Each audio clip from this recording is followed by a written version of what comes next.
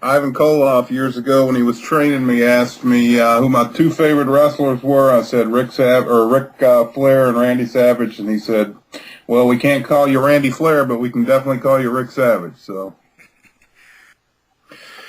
I got into the Civil War as a kid, like everybody else. I don't know what it was. Just read a certain book, got excited, and started going from there, and never kind of looked back.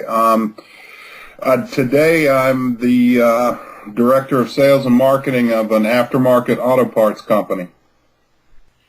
Well, a lot of people don't realize that the image of Southerners as inbred hicks that date their sisters and are barefoot and don't go to school, a lot of that came about after the Civil War. During the Civil War era, the South was almost looked at more in the cavalier. That's where all the rich people are. That's where all the big plantations are. That's where all the money is. The industrial complex of the North was coming into its own, but the Southerners at that point, really, the South was a lot of the power of the country. That's where most of the presidents had been born, the whole thing. So the Civil War wrecked the Southern economy beyond all repair. There wasn't much there to begin with. The South had always been an agricultural-based society and had sent most of their raw materials into the North to be manufactured into, the goods that were then sent back to the South to use. So there wasn't a lot of factory base or industrial base in the South during or before the Civil War. Now, the Civil War obviously ramped it up. But, if you look at the fact that other than the Battle of Gettysburg, and you had a little up in Vermont, and you had a little bit over there in New York, with some minor things, the Civil War was fought in the South. And states like Virginia and Mississippi and Tennessee and Georgia were ravaged by the effects of the war. You've got hundreds of thousands of men, they got to be fed. They've got to have firewood. I mean, if you look at it, the South and then Sheridan at the end of the war pretty much burned down the Shenandoah Valley, making the comment that if a crow wants to fly up the valley, he'll have to take his food with him because there's not going to be anything to eat because they destroyed it. So after the war, the South, unfortunately for the South, Lincoln was killed. What happened, Reconstruction was not what Lincoln wanted. Lincoln really... And Grant and Sherman kind of mirrored this when they were accepting the surrenders of Lee and Johnston. Lincoln really wanted it to be kind of like, all right, the war's over, everybody go back to doing what you were doing before the war, and let's move on. He really wanted it to be that way. His party, the Republican Party at the time, the radical Republicans and the abolitionists, wanted to punish the South. They felt like, essentially the reparations mentality that was put on the Germans after World War I. It was like, you guys caused all the trouble. We won. So now you're going to have to do things our way and like it. And that's where, of course, you had the rise of the Ku Klux Klan, groups like that. Because, they took land. They took, you saw the scene in Gone with the Wind where they ran the taxes up on Tara. Those things were happening because you had Union generals who were in charge of certain sections of the country. You had freed blacks who were now, judges, under the Union occupation rule. And for the Southern people, they were living as an occupied people for almost 10 years. And it was a horrible time for the South, and they never recovered. If you've ever been to a Civil War battlefield like Gettysburg and you're driving around, you see Union monuments everywhere, big, huge, lavish monuments. You see a couple of Southern monuments that are that big. Most of them aren't because the South didn't have the money after the war to put those monuments there. It took the South probably into the late 20th century to really start to catch back up, and there's still aspects of the Southern economy and society that have not completely recovered from the Civil War. Yeah, my mother likes to mention that if you go down south, your guys' telephone poles are usually a lot shorter than towards the north for the reasons of economic stuff. And that's just a minor observation, just overall. But let's see. Did you think Southerners take more of a bigger fascination in the Civil War than the Northerners do? Absolutely. One thing, the South was not. You've got to figure during the Civil War, immigration. Everybody was coming into New York. Everybody was coming into Chicago. So you had a lot of immigration that was swelling the population. There was immigration into the South, but not nearly as much. So the Southern population tends to be more sedentary, whereas the Northern population tends to be a lot more immigrant-based. So you've got a lot of fresh blood up in the North, and people aren't that interested in the war. They won, you know. In the South, I don't know anybody. I'll give you an example. My two best friends growing up, my great-great-grandfather and their great-great-grandfathers all fought in the same regiment, the same company in the Civil War, and 130 years later, their great-great-great-grandchildren are all hanging out together, if that gives you an example. So for the South, we're more of a, it's not as much as it used to be. I live near Richmond, Virginia. I was in the bank today, and I was the only Southerner in the bank. Every employee there was from Brooklyn. So, you know, you've got a lot more people moving south now because they want to escape the high taxes and the tolls and the high property taxes and everything else in the Northeast, and everybody wants to move south. But the Southern people tend to have more of that regional pride and those regional roots and connections that a lot of the Northern people don't.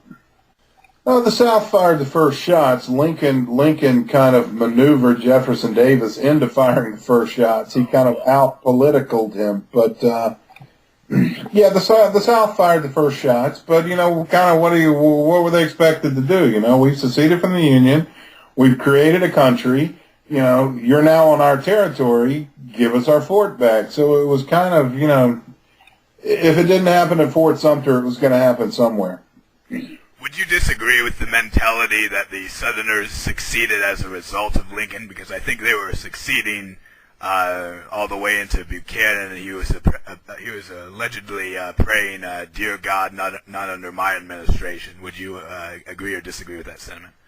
Well, the South, you know, if you want to look at what really caused the Civil War or what caused the Southerners to secede, it was Lincoln's election. That's really what tore it.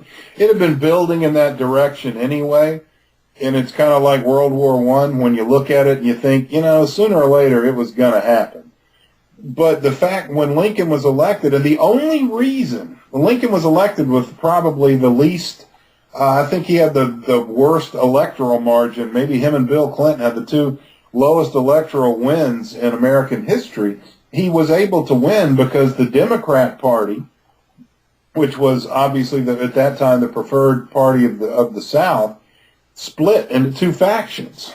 And the split of the party, it was kind of the Ross Perot effect. Lincoln was able to win because he had two opponents fighting each other more than they were fighting him, and he was able to slide in kind of in the back door. So that's really, and when that happened, the Southerners, you know, pulled the plug. Oh, another person who wins that way is the famous Jesse Ventura, and bit of a major controversial kind of guy lately. You want to give me your thoughts on him since you're a wrestler? Yeah, I met Jesse. I worked with him, I worked with him in 1991 or 2. He was with WCW at the time. He was almost like he wasn't wrestling, he was doing commentary, and he was also doing some kind of what we call gimmick mentoring. In other words, he would be back there with you and tell you things that you could do or ways you could fix your hair or something you should wear that would make your gimmick look better or that you could get your character. He would kind of coach you. So Jesse, really nice guy, very intense, very outspoken. And, you know, when you look back at some of the things he tried to do, you know, Jesse wanted to unionize, you know, professional wrestlers, and actually Hulk Hogan, because he was making tons of money and was kind of stuck up Vince McMahon's ass at the time, Hulk Hogan was able to submarine that and get Jesse in some hot water, but that's really why Jesse initially left the WWE. Would that really help, though, or would that just add a lot of financial burden to wrestling? It's kind of, I'm straight up, I don't like unions. I do not like unions, never have liked unions. They had a value 100 years ago. I think now all they do is, I think unions have created a lot of the economic problems that we're dealing with now. But, I look at as a wrestler, I had no security. I didn't have health care. I didn't have a pension plan. Even the guys in the NFL and NBA and all, they've got plans. They've got things to give them something when they get out of the business. Wrestling is pretty much, you don't work, you don't eat. So it's kind of, you see wrestlers wrestling hurt, especially when you're what I was, a mid-card guy. You're not on any kind of a contract. And, you see guys wrestling with broken bones, with stitches, because they had to make money. So I can see it's a shame, and I don't know, maybe things have changed. Vince McMahon's probably one of the sharpest business people in the world. And maybe he's got some kind of a cushion for his people now that they went public. But, it's a scary thought, you're making money and then all of a sudden you break your leg and you can't get in the ring for 6 weeks. How are you going to pay the bills? You don't have there's no draw, so to speak, being paid. So, yeah, it's kind of, I get kind of torn on that one. Back to the Civil War, the other controversial Union general would be Benjamin Butler. Your thoughts on him? I think Butler was kind of a yutz. If you look at his pictures, he looked kind of like a yutz. And I think what he did in New Orleans, I don't think it was as big a deal.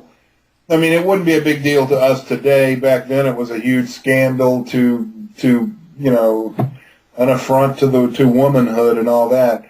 But if you look at his record in the war, it was pretty sad. I mean, especially, toward the end of the war, before the siege of Petersburg, Butler was supposed to help Grant, and he got bottled up and stuck on Bermuda 100, which is probably about 5 or 6 miles from where I'm sitting as the crow flies, and was essentially useless to Grant for the rest of the war. So Butler was more of a political figure than he was a general. He was one of the ones that probably shouldn't have been a general, but was. And after the war, he went on to be in charge of the Massachusetts militia back in the 1870s. Actually, recently sold some documents that were signed by him. That's interesting you mentioned. I say the real smart thing, and the thing he was good at, is of course being a lawyer. He was a very successful lawyer before the Civil War. Stood up for women's rights. They were, I think, the people who knitted things, factory girls or something. I think they worked with clothing or something, and he negotiated better stuff for them. And yeah, he was a lawyer, and there are a surprising amount of people back then of higher status, so to speak, sort of an aristocratic choosing of high-ranking officers. Give me your opinion on that and how that has stacked up for the good or bad over the Civil War and other wars, if you can comment. Yeah, the aristocratic choosing of lawyers who can sort of approach the military and then be promoted generals overnight. How do you feel about that? Well, the Civil War was probably one of the best examples of that, where political cronyism played, and a lot of good people were killed. There was the Battle of Ball's Bluff, in which a whole Union regiment was essentially wiped out because of, I can't remember if it was Baker or Stone, I can't remember his name, but it was an amazing, U.S., he was a political figure, had been given a colonelcy, and took his troops into a place he had no business going and got creamed.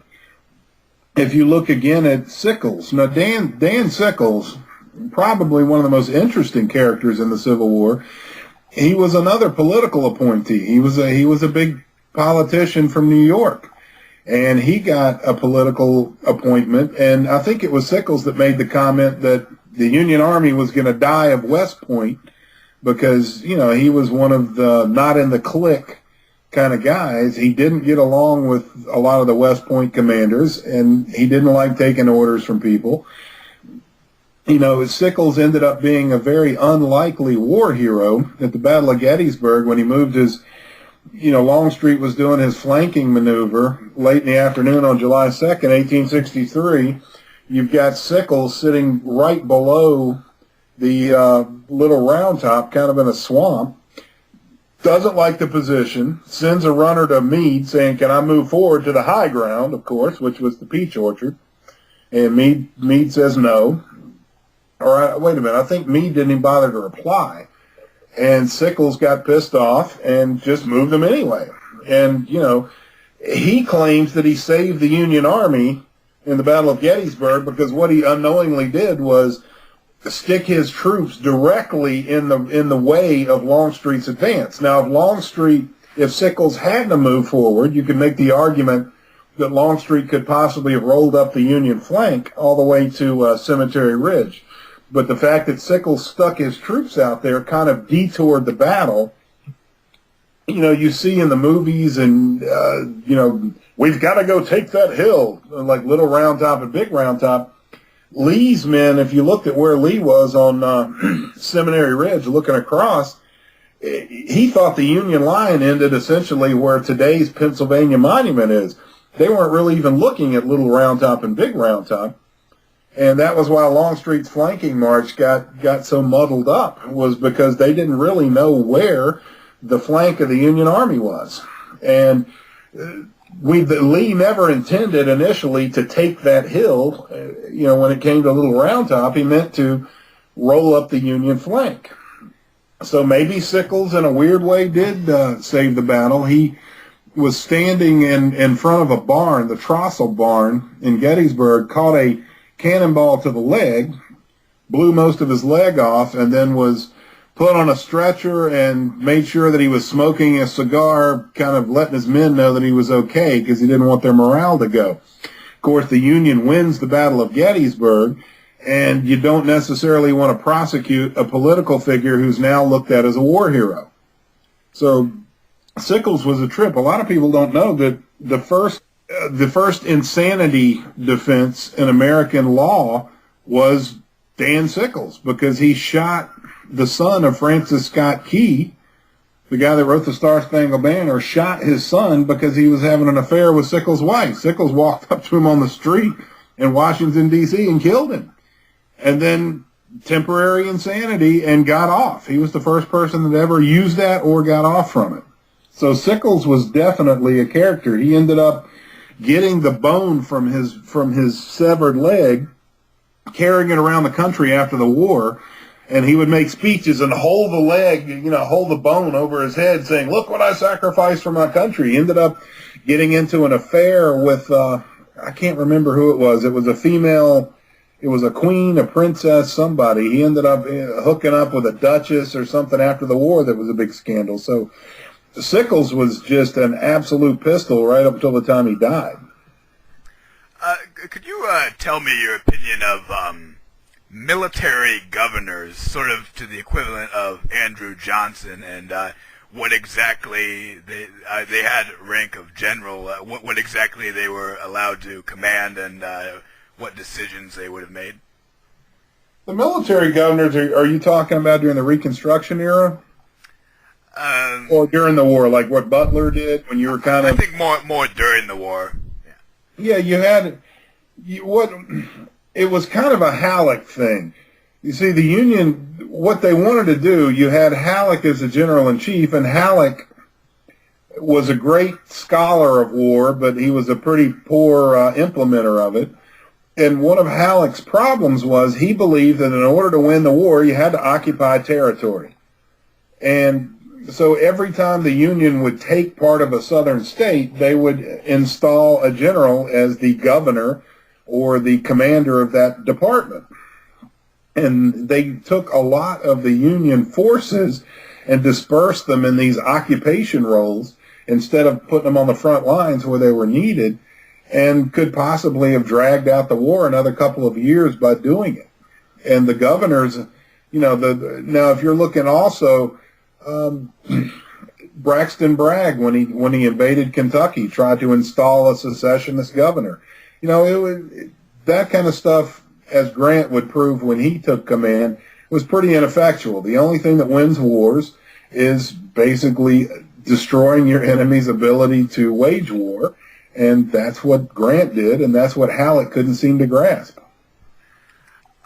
Speaking of effectiveness, while we're on this, could you go through the various wings of the military as far as infantry, cavalry, navy, and artillery, and tell me your thoughts on the effectiveness on each various area and which was used more often or more beneficially?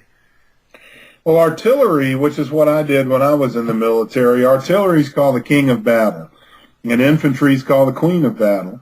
The purpose of artillery, obviously, is to soften up the big targets and let the infantry go in and mop up. The navies in the Civil War played a huge part. The Confederacy, you got to give them credit. It gets lost in history, maybe because it's not politically correct to say anything good about the South. The first submarine, didn't they? The first submarine, the Hunley. Well, it wasn't the first submarine ever used in the military. I mean, there was actually a submarine called the Turtle that was made during the Revolutionary War.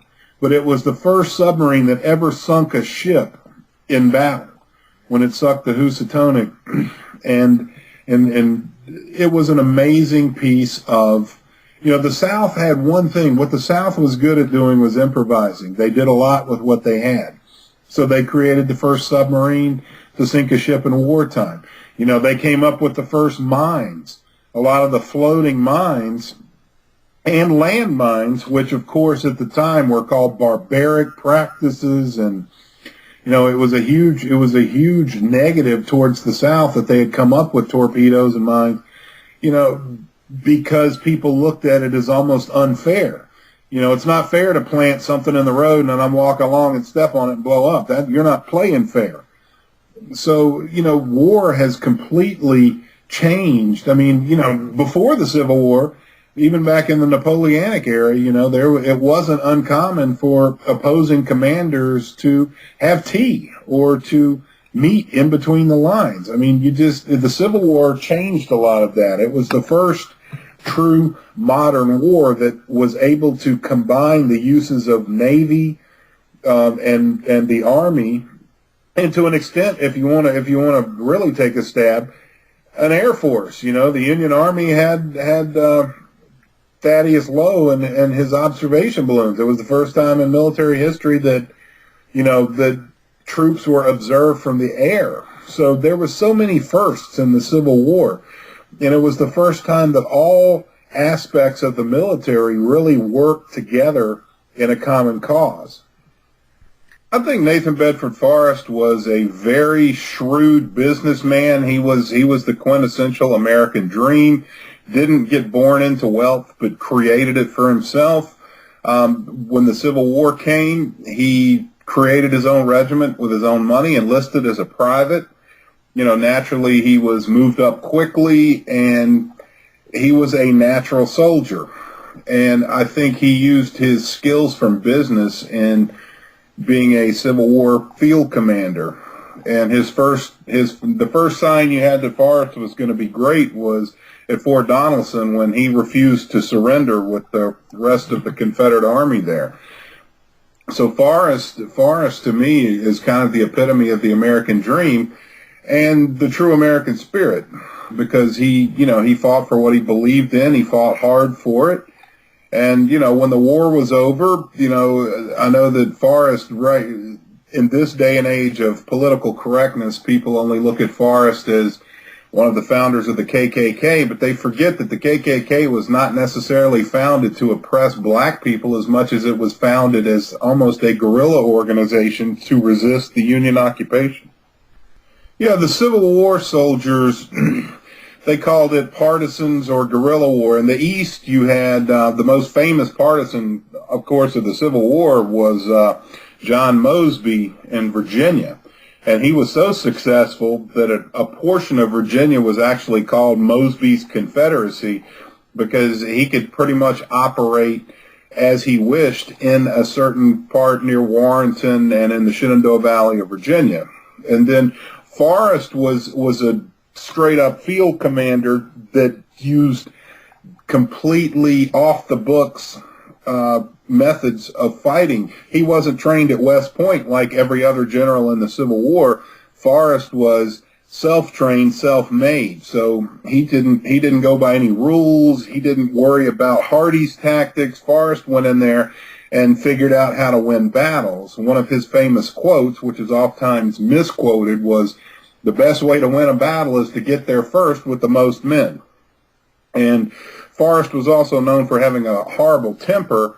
He was not a big fan of his commanding general, Braxton Bragg, and after the Battle of Chattanooga, in which the Southern Army was humiliated, Forrest went to Bragg and told him, "Don't ever interfere with me or my men again in peril of your life." And that takes a lot of balls for a subordinate to say that to a commanding general. And needless to say, Bragg heeded the warning. You know, to me, the object of a war is to win. It's like the object of a football game is to win. You know, when it gets to rules, I hear it now, rules of engagement, collateral damage, all this stuff. You know, thank God we weren't worried about collateral damage, you know, in World War II with the Germans or even the Japanese.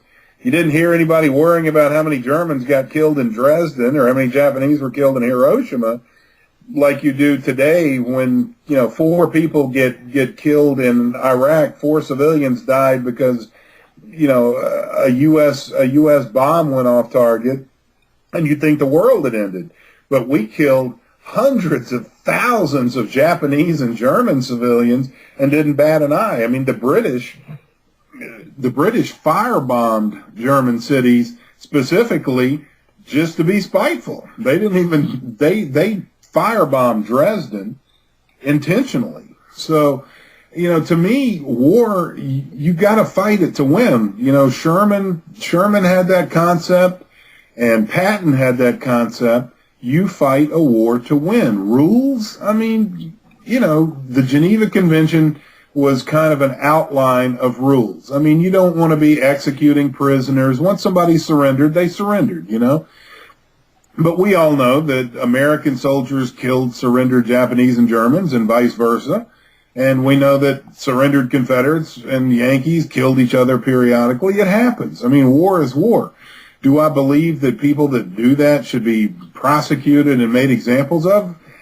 You know, I really don't. I think what you're putting these people into, you can't treat them the same way you would treat somebody in the civilian world, and you can't judge them by those same rules.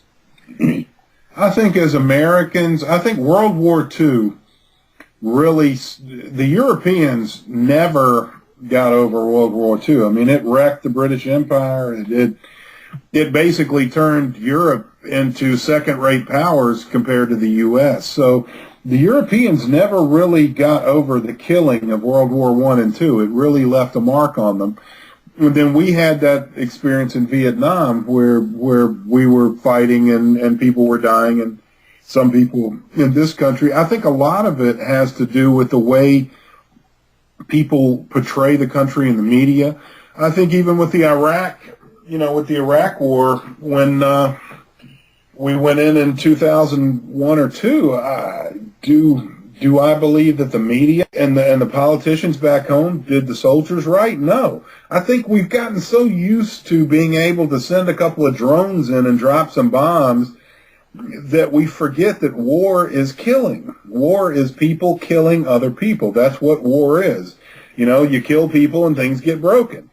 And worrying about collateral damage and how it's going to affect and public opinion and this kind of stuff, to me, is nonsense. If you're going to send troops in to fight, let them fight, or don't send them in at all. But don't send them in and then hamstring them with rules of engagement. Well, you can't do this because you'll offend the Muslims. At this point, if I'm in war, piss on the Muslims and everybody else. I'm here to fight for my country and hopefully not get killed myself. So, what was it Patton said? I don't want to die for my country. I want to make that dumb bastard die for his country. And I think that Patton also said Americans love to fight. All true Americans love the sting of battle. And I think really in our new world that what I hear called the chickification of America, if you will, where the Philadelphia Eagles cancel a football game because of a forecast of snow, where it's just we're turning into kind of a nation of wussies, where we're. Does that offend you as an athlete? Because I was grown up to respect people like Ty Cobb and Babe Ruth, and Ty Cobb would run around and get his shins ripped apart, sliding in and spiking his other people. Than Ruth would, Ruth would put forth a pretty big effort, to get in shape when he put his mind to it. And does it offend you as an athlete how artificial a lot of these modern guys are getting? Well, I get more offended when I'm watching an NFL football game and the quarterback takes a hit and then I see the guy trying to stop from hitting him too hard. God forbid, we're only playing football. And in the same token, he gets a flag thrown for unnecessary roughness, like somehow the quarterbacks, are special people. And I'm thinking that's really, a lot of that obviously is the money thing. You got a lot of money invested in Tom Brady, so you don't necessarily want somebody to knock his head off. But at the end of the day, if you look at football back in the 60s and 70s, the Dick Butkus era, those guys mixed it up. They hit each other, they hurt each other. The other team was the enemy, and that was it. And I think we've turned it into such a business now that we've taken away a lot of the natural competitiveness of the athletes. Do you think some of the allies we have now are going to pull a Osama about 10 or 20 years later, maybe? I don't even really, realistically, other than the British, what real true allies do we have? The British and the former communist Eastern Bloc countries who have experienced living under totalitarianism. What other true allies do the U.S. have? Japan. There's another one. But that's about it. We do use the natives to go against each other, sort of how Crook in the Indian Wars, he basically removed himself from the equation and had Indians fighting Indians, and we've sort of they've not done as much of the fighting, but after we're done with the fighting, we turn over the power to the warring tribes available, Saddam's rivals and so forth. And currently, I think in Afghanistan, we're using the help of various Afghanistan people to fight against the other Afghanistans. Yeah, I think at the end of the day, we'll back anybody that will like us up until there comes a point where you just can't back them anymore. And sometimes, as we saw with Iran, it backfires. Saddam Hussein, it backfires.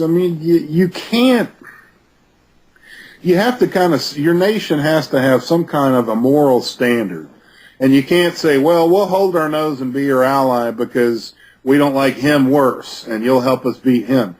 You can't ally yourself. If you become an ally with crap, you're going to get crap on you, So to me, we need to have a better moral standard of who we support. More so, even in the situation in Iraq, my brother is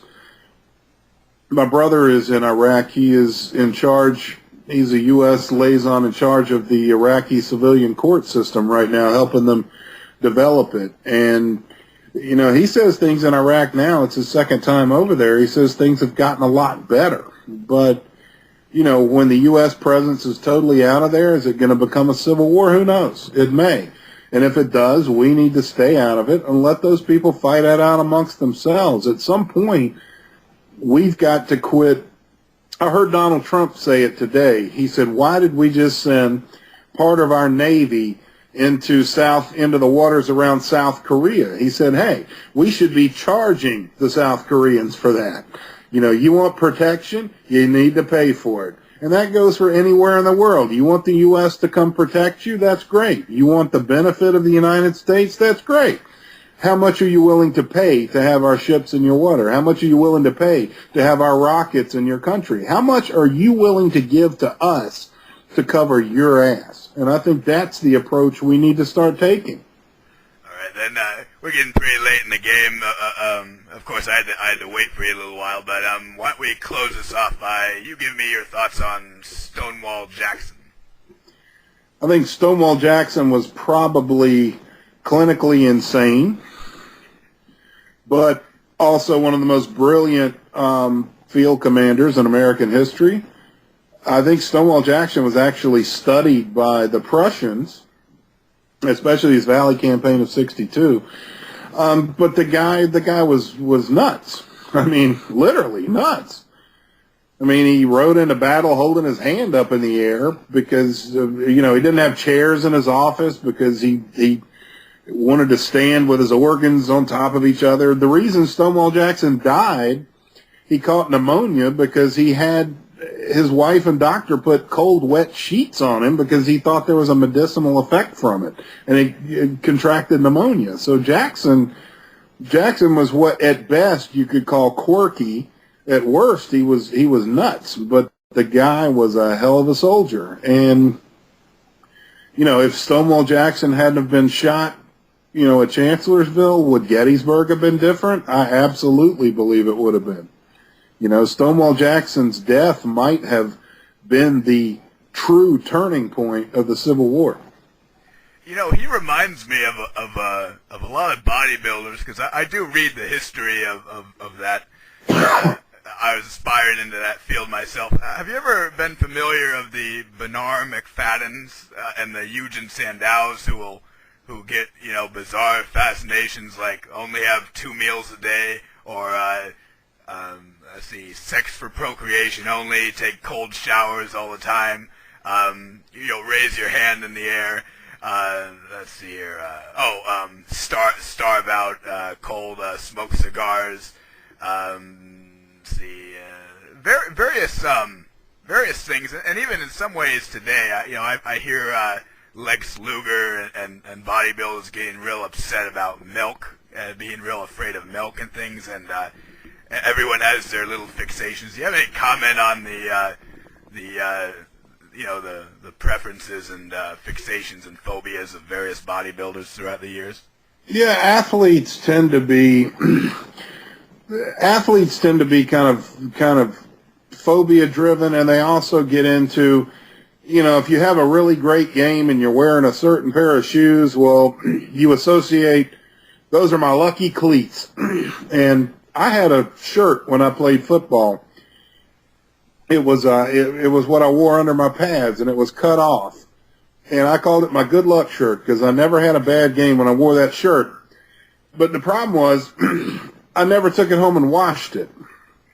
So that shirt, when I would take it out of my locker every day to wear it under my pads, it would be so rigid with the sweat that it would stand up by itself. And it used to be, everybody used to come into the locker room when I got my shirt out. It was like a fascination thing. Everybody wanted to come see, Savage's shirt because it was sticking, because it was standing straight up. So that was my little quirky thing. And other people do that, the lucky rabbit's foot kind of thing. So athletes all tend to be weird like that. If I drink this, it puts weight on me. Milk was always something that used to be bodybuilders, ate carbohydrates like crazy, carbs and protein, and avoided fat. Well, now Atkins comes along, and now all of a sudden people say, well, maybe eating tons of carbohydrates isn't good. And I had the chance. There was a bodybuilder in England called Dorian Yates. I tried to, emulate his workout style because I liked it, but it was one set to failure. And it sounds great, the concept, but I never gained anything from it. It didn't work for me. Of course, I wasn't on all the same drugs that Dorian Yates was probably on either, but, I think everybody's athletes tend to be superstitious, quirky people. But Stonewall Jackson, man, come on. He was way out there. And you do the identifying of various artifacts and spotting out the fakes. Could you tell me how people like to fake things and why they do it and how to spot them? Well, they do it for the same reason anybody does anything. They do it to make money. I mean, if you can take a reproduction like a belt buckle, a Confederate belt buckle, and you buy the reproduction for $25 and you're able to sell it for market value, which is over $2,000, it's a hell of a profit margin. So, I mean, that's the main thing people are looking at when it comes to fakes, is trying to make money. Yeah, I was going to say, I mean, what we try to do, at least on my website, is give people kind of a reference to go to if you're questioning an item you're about to buy online, and maybe maybe we can stop you from buying a fake. Is there ever a lot of reenactment supplies as often misrepresented as real, rather originally intended for reenactments, but then later sold to people? Yeah, absolutely. Reenactment stuff, especially if it's older, a lot of Civil War centennial stuff from the 1960s, some of the belt buckles and some of the stuff from that era now is starting to get its own natural patina to it, and that kind of stuff can go too. So there's a lot of different sources for fakes. I think Bragg was probably would have been a good maybe regimental or brigade commander. I think that as a Army commander, he was a very poor choice. He had a bad temper. He held grudges. But the fact that he was very tight with Jefferson Davis kept him in command way too long. And if you want to look at what really caused the decline of the Confederate Army in Tennessee, you could lay a lot of blame directly at the feet of Braxton Bragg, because he had wonderful soldiers and subordinate commanders. He just was a terrible leader. I think the Confederate government, if you look at it, was set up pretty much the way I'm sure a lot of American or U.S. presidents before and since would have liked to have been set. It had 1 6-year term, so your president doesn't spend his first 4 years running for re-election the way our presidents today do. The first term of any president, be it Bush, Obama, doesn't matter. They spend their whole first term really preparing to run for their second term. In the Confederate system, you got 1 6-year term and you were done. So once you were elected, you had enough time to actually do something without having to worry about the political aspect of it. The other thing, the Confederate president was given a line item veto, which we still can't get passed in our Congress and our legislature today, which would, instead of having to veto an entire bill, he could veto bits and pieces of it that he or his party or the people, whoever, didn't approve of. So there were things about the Confederate government, especially if you look at the fact that 11 states created a government, a postal system, a military, they created currency, they created everything out of nothing. I mean, the South really had nothing, no real factory base. It was an agriculturally based area. So what the Confederates were able to do in 4 years was simply short of astounding. No, Davis was actually inaugurated twice. He was never really elected by the people of the South. He was essentially appointed by a interim Confederate government in Montgomery, Alabama in 1861. And then when the Virginia seceded, because Virginia was at that point considered the land, the state of presidents and all of that, they moved the capital to Richmond. And Davis was then re-inaugurated officially in February 1862 on the at the foot of the Washington statue at the Virginia Capitol grounds. So Davis was officially the president of the Confederacy. The problem Davis ran into was that the basis of what the South was Jeffersonian democracy. It was, you have individual states that cede so much power to a central government, but the states retain some type of individual autonomy, which now, of course, after the Civil War, Jeffersonian democracy, as it was first conceived, was destroyed, and you went to a federalist system where the federal government was strong and could override the states. So Davis had a real problem getting help or getting what he needed from the different governors of the Confederate States, because each governor felt like he almost ran his own country. So you ran into a lot of problems for Davis trying to get his own people to be organized and help him win the war. Davis's philosophy was, look, we can be a confederacy when the war's over, but until the war's over, we need to do what we got to do, and that means you guys are going to have to let me run the show. And that didn't go over well, even with his own vice president, Alexander, I always want to call him Stevens. I always want to call him Hamilton for some reason. Yeah, Alexander Hamilton. Yeah, Stevens never liked Jefferson Davis and was, as a vice president, was essentially useless during the war. Spent most of the war at his plantation in Georgia. The only thing he did of any note was toward the end of the war, he did the conference in Hampton Roads trying to negotiate peace, which was kind of a done deal because the war was almost over. But other than that, he didn't do anything. Stevens was just spent most of the war opposing Jefferson Davis. Well, the Confederates really didn't. As a matter of fact, there was a whole almost separate little war all in itself out in the Indian Nations.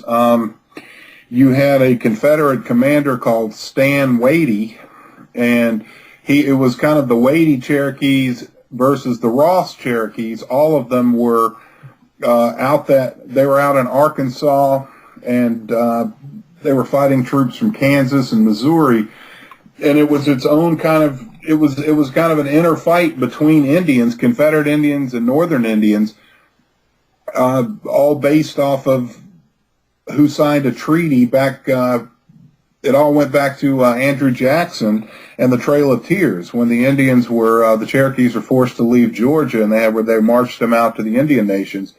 There was a treaty signed with the government. Some of the Indians didn't want to sign it, some did. Stan Wadey was one that did want to sign it. So you had two factions of Cherokees that disliked each other. Both sides of the Cherokees out there owned slaves, so it wasn't anything to do with slavery. It was strictly kind of a territorial fight, an old grudge that was settled during the war. Outside of that, Indian fighting went on during the war. The U.S. still had outposts in California, still had outposts in other parts of the country where they were doing Indian fighting. As a matter of fact, after he was humiliated by Lee, Jackson, and Longstreet at the Second Battle of Manassas, General Pope was actually sent out west to fight the Indians. I think Jeb Stuart was the best cavalry commander of the war on both sides. I think Stuart had his faults, like everybody does, but Jeb Stuart, I believe, was definitely the best cavalry commander produced in the American Civil War, and I think he proved that time and time again. I think the Gettysburg, where he really got his reputation took a hit at Gettysburg. I think you could lay as much of that blame on Robert E. Lee with vague orders and allowing Stuart to go off on his own. And you can also give Joe Hooker a little bit of credit for being able to shadow Lee a lot quicker and a lot more effectively than Lee thought he could.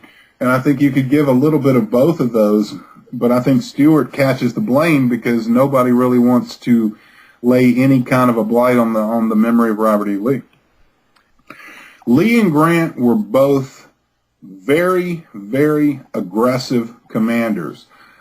People look at Lee, and because of Douglas Southall Freeman and a lot of flowery books that were written in the 1880s when everybody was putting up monuments and kind of the nostalgia for the Old South, Lee got this mystical kind of saintly reputation, and people started looking at Lee almost like he was an angel here on earth. And if you look at even his portrayals in the movies, even in the movie Gettysburg, they had a line in there where they said, "And the men look at him like an angel." And it's like, Lord, it was just, he was a general, for God's sakes, and he was aggressive and had absolutely no problem sending his men to die if he could see a strategic gain from it. And the same could be said of Grant. The difference is Lee was a lot better battlefield commander than Grant. He just didn't have the resources and the men to be able to do what Grant did. If Lee and Grant had been in reversed roles, Lee would have ended the Civil War much quicker. Yeah, Hooker was just kind of, I don't know, how do you say it? He was kind of a party guy.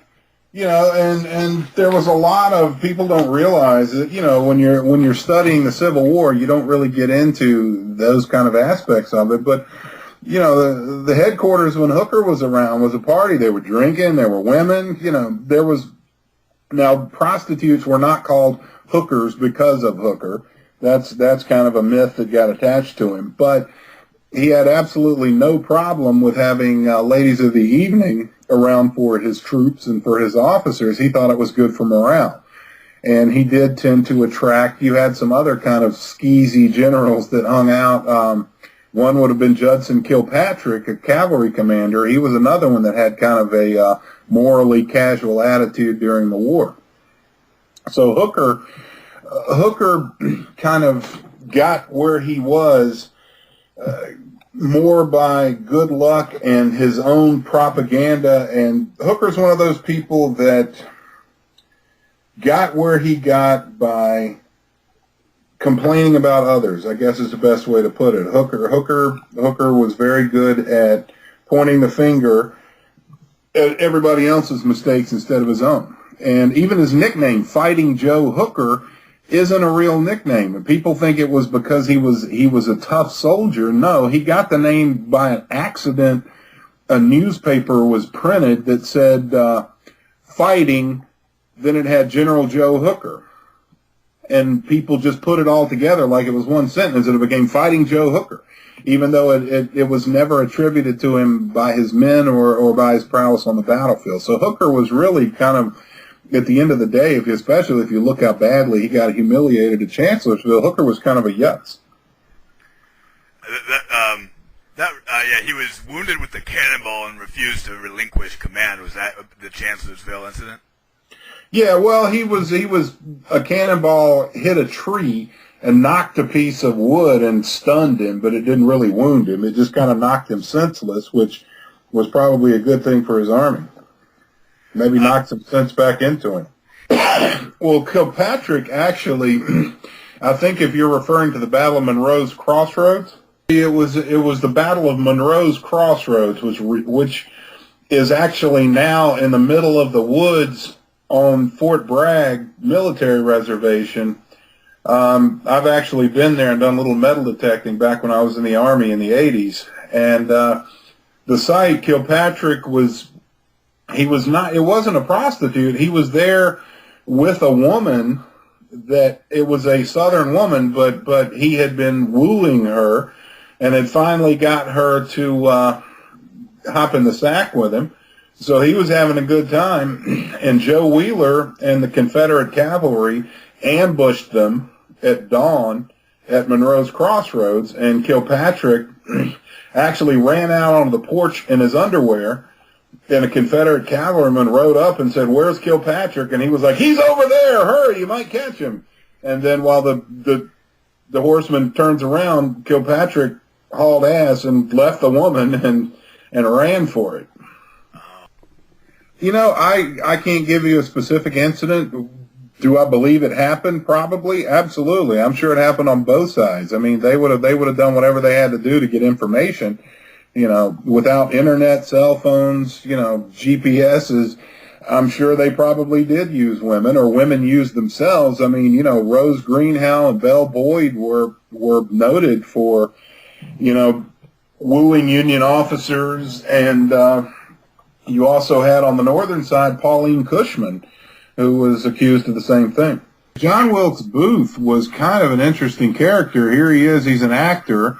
He was actually in Richmond when John Brown made his raid on Harper's Ferry, and he was able to wrangle his way into the Richmond militia, which was shipped up to Charlestown for the trial of John Brown, and I believe, if I'm not mistaken, he was actually present when Brown was hanged.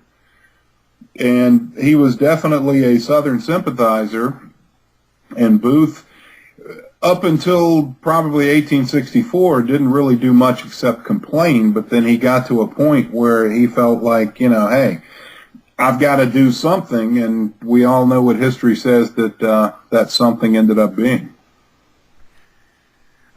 He's one of the first actors to express his points about politics in a very obscene way. I like to usually throw that out there in regard to various celebrities. Let's see here. And like most actors, he should have kept his mouth shut. Yeah. Oh, I was going to ask you, were there any Benedict Arnolds of the Civil War, officers from either side who flipped the boat, so to speak? Yeah, I can't think of any major names right off the top of my head. I know that there was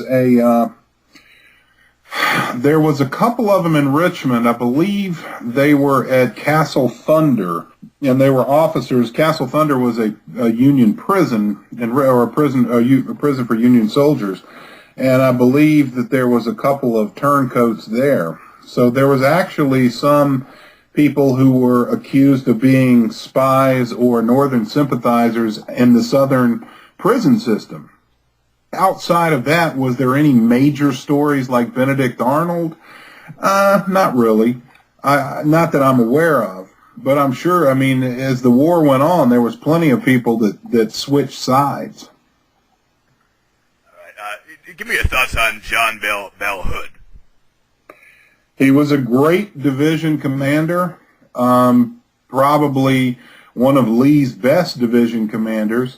He won the day for Lee at the Battle of Gaines Mills by breaking the Union line on White House. If you've ever been to the Gaines Mill battlefield up where the White House is located, it's a straight up hill. And for him to have been able to pierce the Union line there was pretty impressive. So Hood was a great battlefield commander on the division level. He was not a very good Army commander. And arguments have been made that he lost a leg and lost the use of an arm. People have complained that, or have said that caused him to have mental problems. He never got over it. And that may be true. He also had a love triangle going on with Constance Cary, who was one of the famous Cary sisters of Richmond.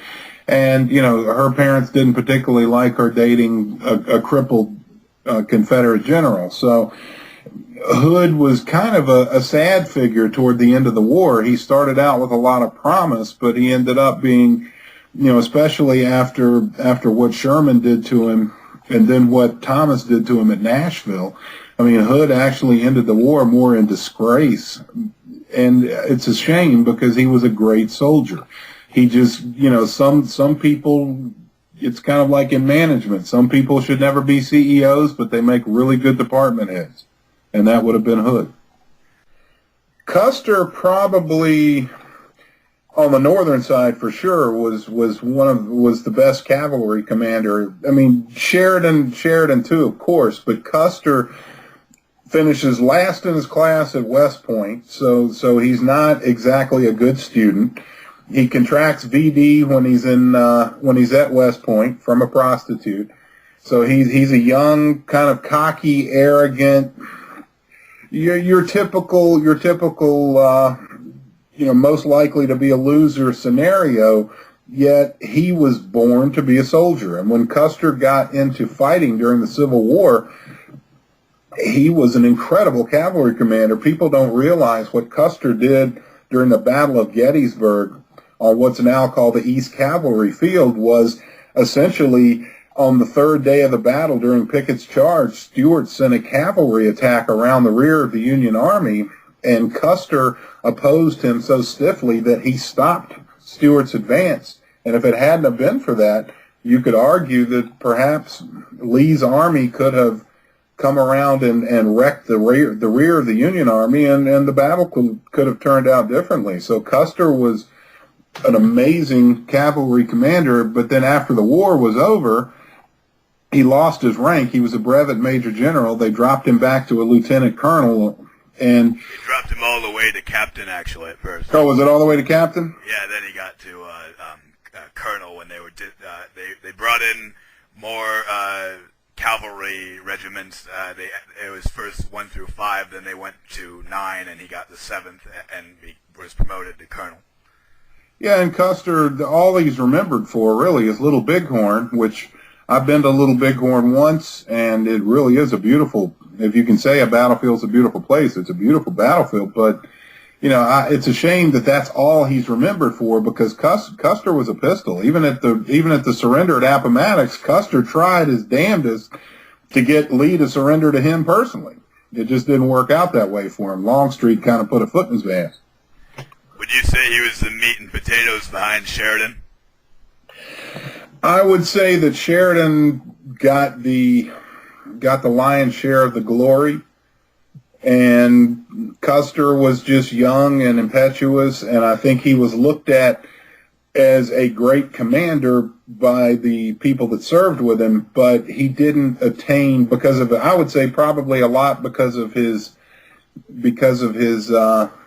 dandy, or one of his nicknames was Audie or Cinnamon. So, you know, the guy, he was looked at, you know, like Jeb Stuart a little bit in the prissy kind of way. So I just don't think he got the same kind of respect as Sheridan, who was more of just a hard ass. Yeah, the Indian fighters, obviously you had Custer, you had Crook, you had, you know, Sherman was involved. Sheridan was big in it. I think Sheridan was one that made the famous, was he not the one that said the only good Indian's a dead Indian, or something along that line? Yeah, something to that effect. The only good Indian I've ever seen was dead. Yeah, so, you know, a lot of the Union cavalry commanders made history or became more prominent, like Custer. You know, again, Custer's Civil War, his Civil War experience is way overshadowed by what he did in a week in the in the Indian Wars. So, you know, a lot of Union commanders, I mean, the war's over. Some of them, like Custer, got, you know, you lose your brevet rank of general, and now you're back to being just a line officer.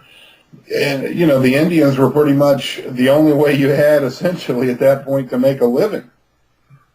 Do you think there was a substantial difference in the way those two wars were fought? Because I find it very interesting that, on one hand, Custer would have been so successful in the Civil War, and then he would be the one to end up dead in the Indian Wars, while a lot of people who would have been, you know, shining his shoes beforehand became the head dogs of the Indian War. And this was probably the last question before, but what difference do you think comes from fighting the Indians that would make a different style of fighter become more prominent versus as opposed to fighting the South and being more prominent? Well, I mean, the most obvious answer would be the Indians didn't fight by Napoleonic tactics. And if you look at the Civil War, people talk about how horrible the casualties were. You know, when you have people fighting with the tactics of the 1700s against weapons that were, in some cases, equivalent to what we had in World War I. So your casualty rates were high because you had a lot of guys walking straight up and down. You know, if you look at Civil War battlefields, other than the Wilderness, how many do you see that in the Civil War period weren't open fields? And, you know, Sickles gets a lot of crap for what he did at the Battle of Gettysburg by moving his corps forward into the Peach Orchard area. But if you look at the ground that he was on at Little Round Top, he's in a kind of He's down the hill in a swamp, and to the Civil War general, any kind of high ground, you wanted to get that high ground. You know, what did Custer do in the Battle of Little Bighorn? He ran for the high ground, and the Indians did what? They surrounded him and killed him. You know, the Indians didn't fight that way. The Indians did not fight with regimental tactics. And if you look at how the U.S. military shifted, there was a Civil War commander named Emory Upton that had recommended that the U.S. go to Prussian-style small unit tactics versus the Napoleonic system of regimental tactics. And Upton's idea at that point was turned down. One of the biggest people to put the ixnay on it was actually Winfield Scott Hancock. And Upton ended up committing suicide, but later on we did adopt the Prussian system, and that's where you get the short haircuts, that's where you get no beards, and you get small unit tactics versus regimental and brigade tactics that you saw in the Civil War.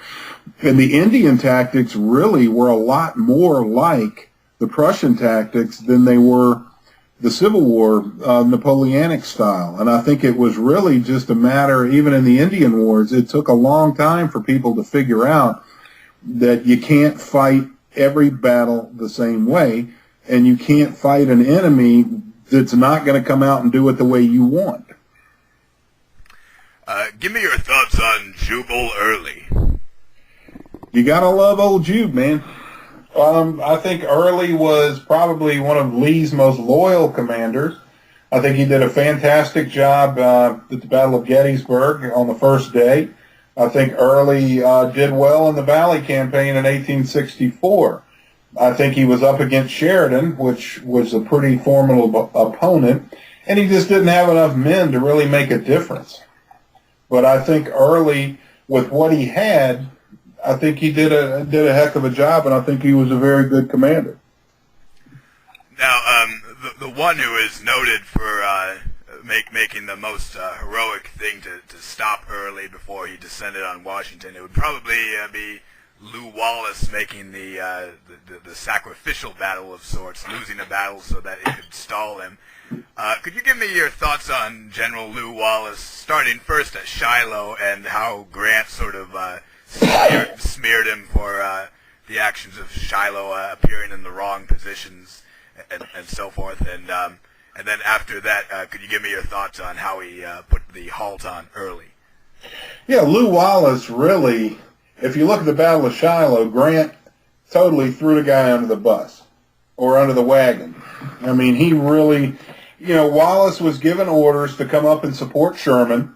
Grant did not designate a direction. So Wallace, there was two paths that were known. Grant didn't know that, so he just said, come up and support Sherman.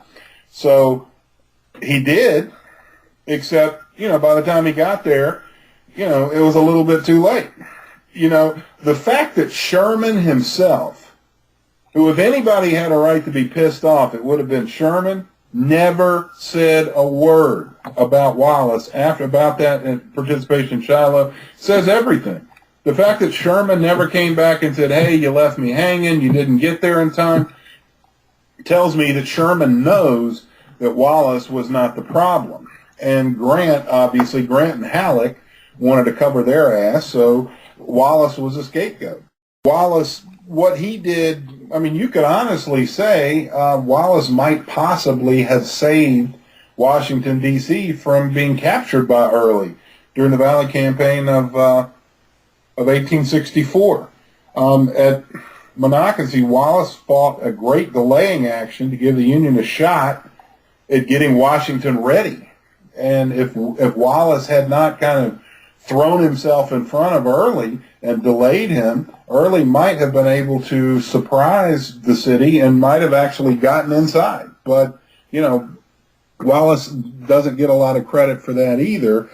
His Civil War record, if you look at it the way it was written, makes him kind of look like he was kind of a bad general. And the only thing he did well was write a book. But as a Civil War general, I think Wallace would have been a lot better if he hadn't have become kind of the whipping boy for Grant. Sherman, I believe, was probably one of in my personal opinion was the best field commander in the Union Army. Period. I think Sherman had a grasp of what needed to be done to win a war. The mentality of people in the early to mid 1800s when it came to war was the soldiers all march out in the field, they shoot each other, and whoever has the most at the end wins. And when it came to the Civil War, we're going on and on and on. It's going into its fourth year, and Sherman is the first one to figure, and Grant, we need to, in order to make these people stop fighting, because they're fighting for their homes, we are going to have to hurt them. And that's what Sherman did. So Sherman's hated by the Southerners for the March to the Sea. And, you hear accounts of rape and this and that and the other, and I'm sure it happened, but I think a lot of that was exaggerated. And I think Sherman did what any commander has done since then.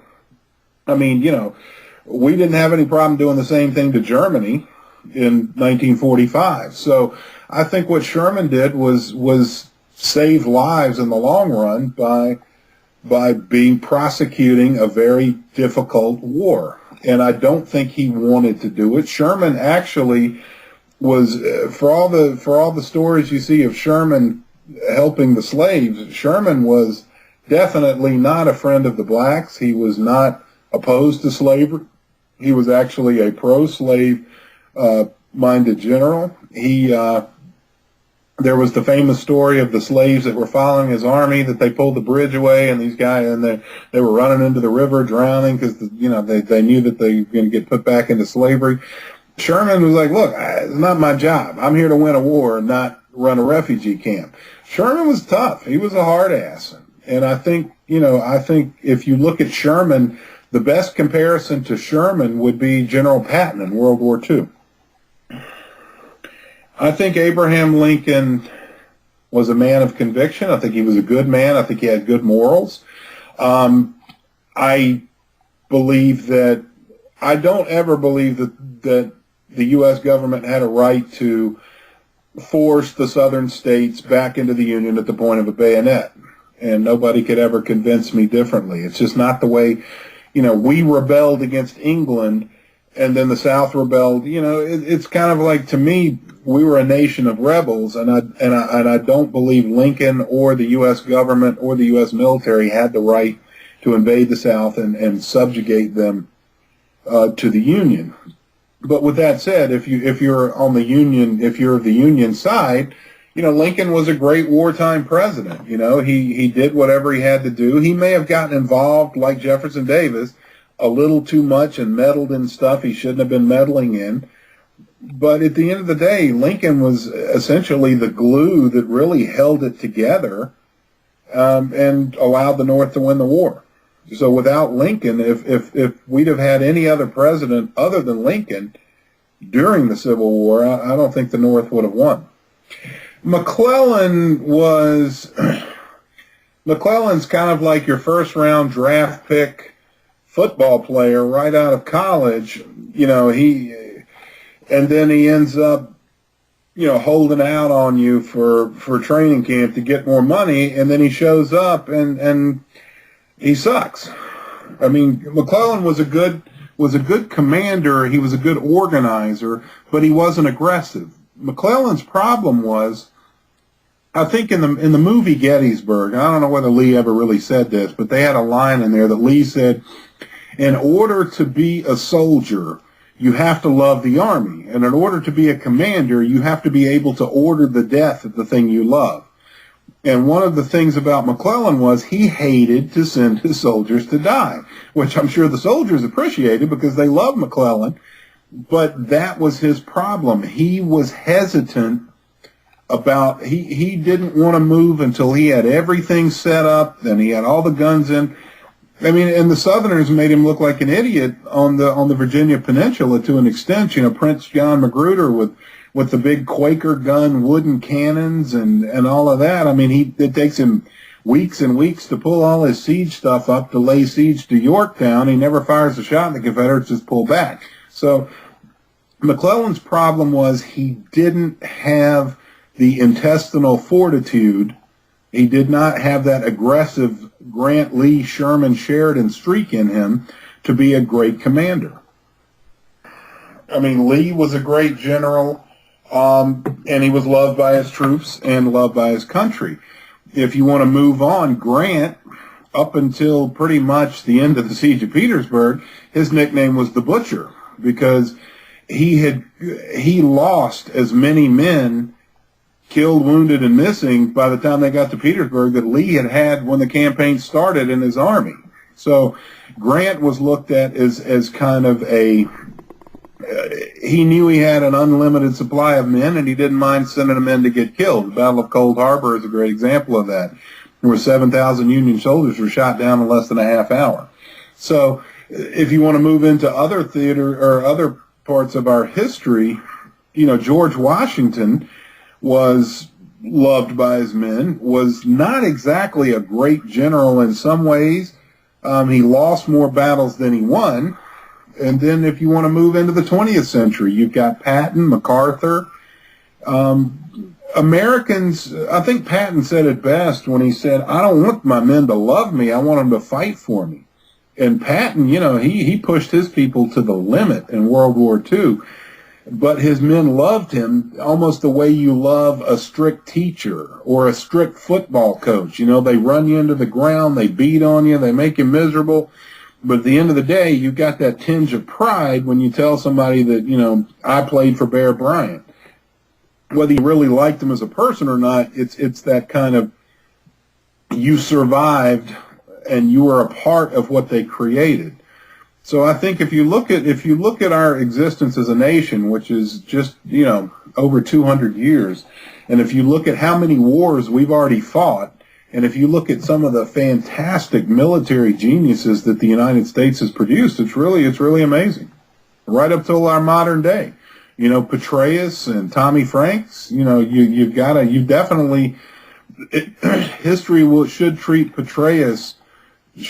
Petraeus well for what he's done in Iraq and now what he'll do in Afghanistan. All right. I'll pull you into a wrestling question real fast. When I noticed you were a wrestler and a Civil War historian, the first other guy I thought about was Mick Foley, the Mankind, and in his book he mentions having a strong affection for reading about the Civil War and stuff. Have you ever met Mick Foley or discussed Civil War with him or other wrestlers?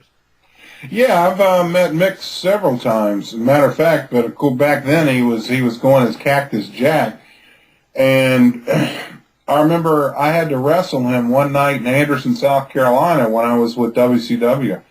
And I was a little bit scared because, he had a reputation. Mick Foley made his whole career by being a guy that would take bumps nobody else would want to take. And when I say take bumps, that means the stuff where you see him falling off the top of the cage into the floor and some of the incredibly dangerous stuff that he would do. And when I met him, I was a little nervous when I had to work with him because I'm thinking, this guy's nuts, And he was the nicest guy I think I ever met in the business. He was friendly. 5 minutes into our first conversation, he's showing me pictures of his kids. He was just a really, really super, super nice person. And he caught a lot of flack. A lot of other wrestlers kind of made fun of him because of, Ric Flair used to get on him about taking those kind of crazy bumps. And I really think a lot of that was jealousy because he made a name for himself by risking his life. And, Mick Foley is a good guy. How strong do you think Foley is, by the way? Because he has a reputation as a fat guy, but in the video where he lost his ear, I actually saw him, and in a few other matches, I've seen him carry Big Van Vader in his arms for a few steps. Do you have any knowledge of his strength or observations physical-wise? I mean, when I worked with him, he wasn't weak, but I wouldn't rate him up there with the Road Warriors when it comes to strength. But he was a big guy, he was quick, and he was strong. But you got to understand that a lot of times in a wrestling match, the opponent's strength or weakness really, you're not necessarily going to feel it, depending on what you're doing. Not unless you're like Ultimate Warrior doing the press slam or something. Yeah. Let's see here. Well, this is a silly question. I feel almost embarrassed for asking it, given how intelligent you've spoken on everything thus far. Is there anything from the Civil War? Is there a person from the Civil War who you think could take you or your fellow chums in wrestling in a one-on-one? I would say that the commander of the Louisiana Tigers would have been a badass. Wheat was tough. C.H. Wheat? Yeah, I can't remember what his rank. I think it was Colonel Wheat. He was commanded the Louisiana Tigers, which are called Lee Shock Troops. They were. Oh, wait, it's Robdo Chatham Wheat, right? I can't remember his first name. I just remember he was a big guy. He was the only person on the planet that could control the Louisiana Tigers. And there's a story during the first battle of Manassas, when there was all the problems with uniform colors and flags and nobody knowing who the enemy was, where a South Carolina regiment accidentally fired into the rear of Wheat's Louisiana regiment during the battle, and Wheat had part of his men do an about face and fire back into the South Carolinians, even knowing they were Confederates. So Wheat was a tough guy. The other guy of prominence that I think about would be General John White Geary, who was about 6'6" or 6'7". Are you familiar with Geary? Yeah, he was one of the heroes on Culp's Hill during the Battle of Gettysburg. Wrestling, to me, I grew up in western North Carolina. I grew up watching Ric Flair and Tully Blanchard and Willie McDaniels and the Rock and Roll Express and the Road Warriors, the old NWA, Jim Crockett Promotions. So I grew up watching what, to me, was the golden age of professional wrestling. I got into it in the late 80s, early 90s, and wrestling was starting to go through a change and getting in more into the hardcore as time went on. ECW came around. And wrestling now, the mainstream wrestling you see, WWE or TNA wrestling, is kind of almost a caricature of the old days. And then you have all the others, the backyard wrestling, the combat zone, where people are wrapping themselves in barbed wire and setting people on fire. You have that because it's gotten to the point where everybody is what we called in the business smart. Everybody's smart. Everybody knows wrestling is not a real contest between people. So in order to get somebody to be willing to buy a ticket and watch it, you then have to make your wrestlers willing to risk life and limb. And that's really what people are paying to see. People are wanting to see people diving off the tops of buildings through 7 tables and, the whole ECW thing. That's really why it took off because, okay, yeah, we know it's not real, but, I want to see how close these guys are going to get to killing themselves. And that's really what it's become. That was one of the reasons I got out of it because it was getting to the point where, you got to make a living. And you do ECW-style wrestling a night or two, and you may not want to work for 2 or 3 days. You need to recover from the abuse.